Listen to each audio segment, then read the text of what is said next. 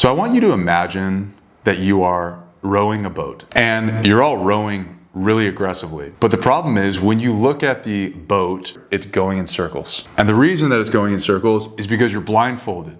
This is exactly what happens to organizations when they do not have clear focus. The energy is there. They're putting everything they can into growing the company, but it's not working and they can't figure it out. The reason oftentimes they're stuck is because they haven't clarified exactly where they're headed, how they get there, and how they measure progress along the way. This is what I call focus. Poor focus for your organization is like removing the blindfold from your eyes and everyone else's eyes so that you can actually see where you're going and begin to row in the exact same direction. Focus answers three big questions. So I want to dive into this. Now, focus is one of the elements of a healthy organization.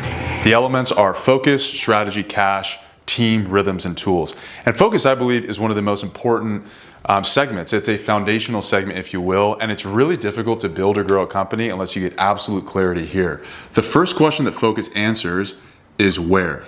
That is, where is this organization headed, right? Imagine you have blindfolds on. You don't know where you're going. Answering that question is the equivalent to taking off the blindfolds.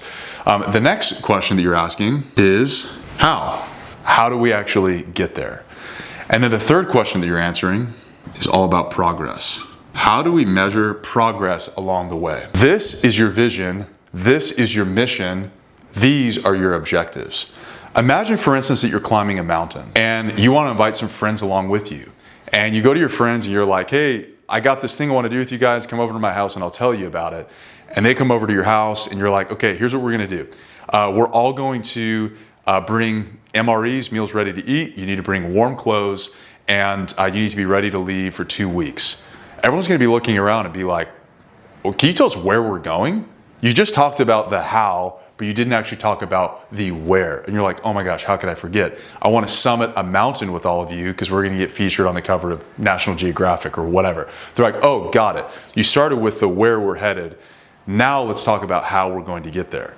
So oftentimes we just talk about the how. We talk about the how until we're blue in the face, but people don't actually know where you're going. So if you are to climb a mountain together, think of the vision or the where as the peak of the mountain. This is your vision.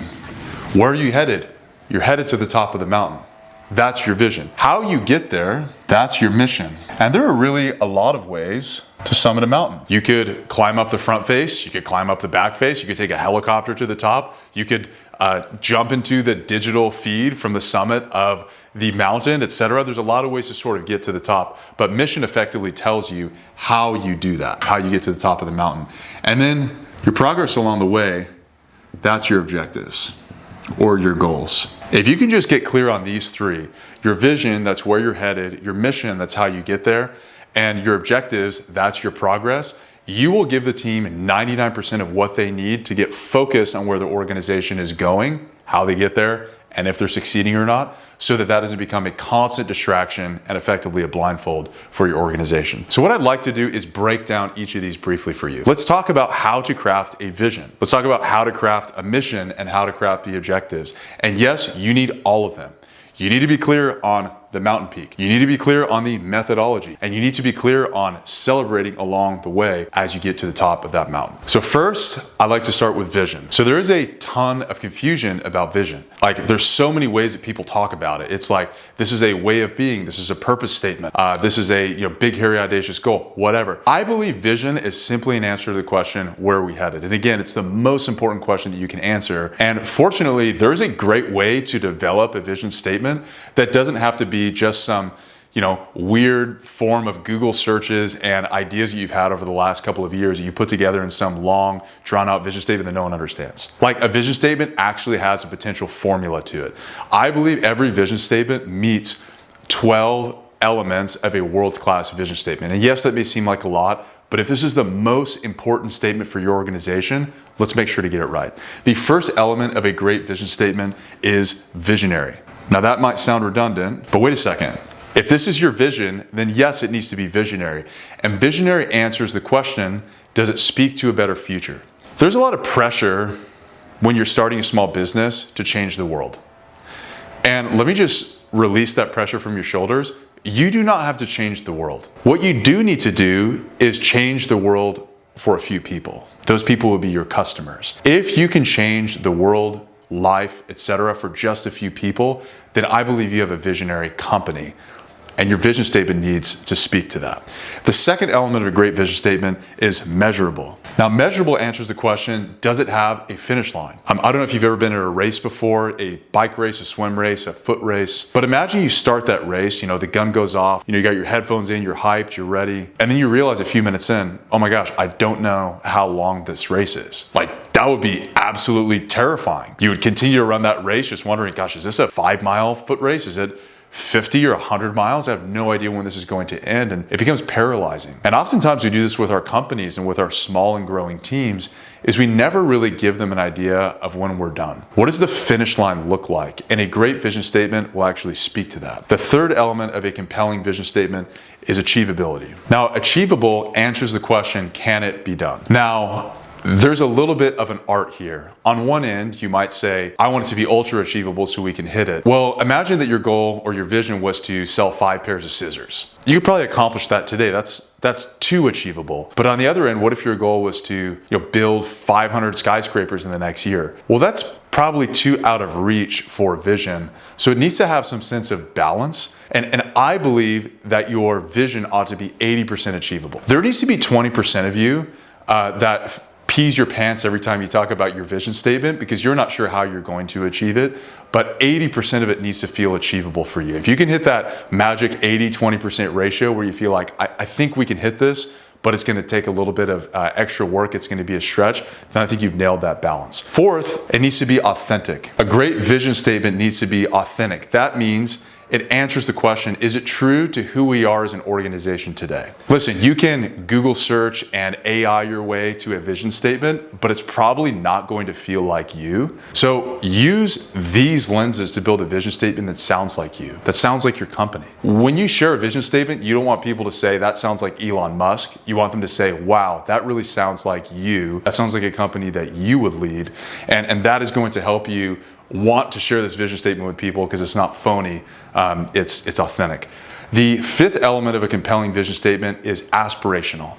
You want to make sure that your vision statement speaks not only to who you are today, but who you want to be tomorrow. There needs to be an element of your vision statement that answers the question, where are we headed? What type of organization do we want to be in the future? And aspirational will speak to that. The next element of a world-class vision statement is audacious. Now, audacious answers the question, does it cause people to say, wow? And you might think, well, that sounds a little silly, but I really mean it. If you share your vision statement with someone, do they actually raise their eyebrows? Or does it sort of put them to sleep and cause them to yawn? You want your vision statement to blow people away with the level of audacity. The next element of a world-class vision statement is intriguing. Not only do you want people to say, wow, you want people to say, tell me more. Have you ever been to a Mexican restaurant and you place your order, and after you place your order, one of the servers comes by with a sizzling plate of fajitas, and you're like, man, I ordered the wrong thing. I should have got the fajitas. You want your vision statement to sort of sell the sizzle. You want people to smell that aroma and be intrigued and want to know more. In fact, so often when people ask us what we do, we say the most boring things. We're like, I run a business. Okay, that's a vanilla answer. What if instead you answered with your vision statement, right? So our vision statement at the arena is igniting revenue growth. When people ask me what I do, I don't say I run a business. Luke, what do you do? I'm working on igniting revenue growth for business owners. People are like, wow, tell me more. And it creates a conversation. Vision statements are literally an answer to the question, what do you do? Tell them about your mountain peak. The next element of a world-class vision statement is solution focused. So often, small business owners are merely playing house. They are creating solutions to problems that nobody has. And I've been there before. It's called an expensive hobby. But if you are running a business that's actually solving a problem that people have, and they're paying you for that, this is a solution-focused organization. And so your vision should speak to that solution-focused element. The next element of a world-class vision statement is concise. A concise vision statement, it's just math. you should be able to say your vision statement in 10 words or less. Let me give you 3 examples of 3 big companies that came up with vision statements in less than 10 words. To nourish people on the planet. Any ideas? Whole Foods, 6 words. The next one, to make people happy, 4 words. Any ideas? Disney. And then the last one, spread ideas. Whose vision statement was that? TED Talks, 2 words. So if Whole Foods, Disney, and TED can come up with vision statements that are 6, 4, and 2 words, certainly we can come up with one that's 10 words or less. The next element of a compelling vision statement is coherent. Coherent answers the question, can your team and your customers understand it? Your grandfather's generation does not care that Elon Musk wants to put people on Mars, but guess who does? His fanboys and his team. Your vision statement does not need to be coherent to the entire world. It just needs to be coherent to you, to your team, and the people who buy from you. The next element of a compelling vision statement is memorable. So I want you to imagine that I tell you my vision statement, igniting revenue growth. And tomorrow morning, you're in your bed, it's early, I shake you awake and I say, what's the arena's vision statement? Would you be able to remember it? I would hope so. It's only 3 words. I think it's memorable. Do you? The wake-up test is the best way to determine if this is a memorable vision statement. If you have a vision statement that's 25 words and complicated and you don't even remember it, no one else is going to remember it. Think about the wake-up test when you're trying to craft a memorable vision statement.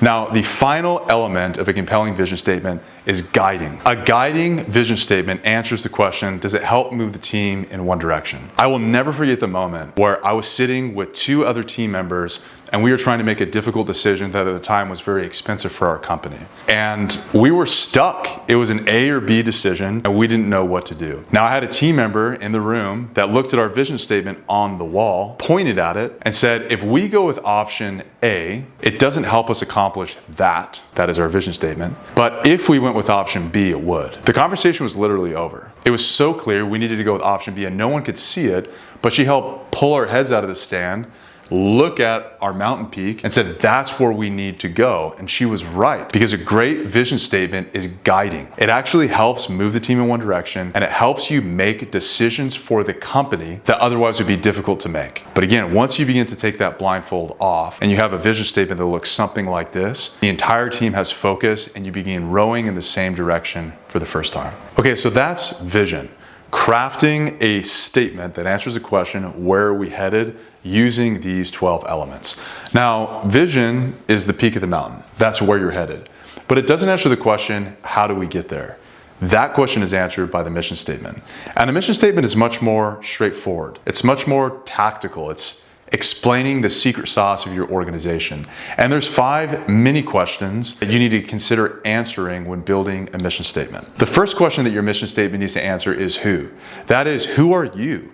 What is your organizational name or your category or your industry? Many mission statements will actually name the company or the category itself. The second question a mission statement could answer is what? What speaks to the final result, the world-changing benefit that your company brings to the market? And just naming that, like what is the outcome that you are hoping for your market? The third question that a mission statement could answer is who for. Who for simply names, who do you help? Name your avatar in your mission statement. The fourth question that a mission statement could answer is how. Now, how is merely your intervention method, and name it exactly. What is your secret sauce? How are you engaging with the market in a way that's unique? And the final question that a mission statement could answer is why. And why simply answers the question, what is the big reason for your existence, linking your mission statement to your vision statement? Now, how do you craft a mission statement after you answer these questions? Well, think of it like puzzle pieces. You put all the puzzle pieces on the table and you put a few of them together. But unlike a puzzle, you don't need every single piece. Find a few of these pieces, maybe 2 or 3 of them, that seem to answer the question, how you do what you do, how you get there, and that becomes your mission statement. So now you have a vision statement that answers the question, where are we headed? You have a mission statement that answers the question, how do we get there? There being the mountain peak.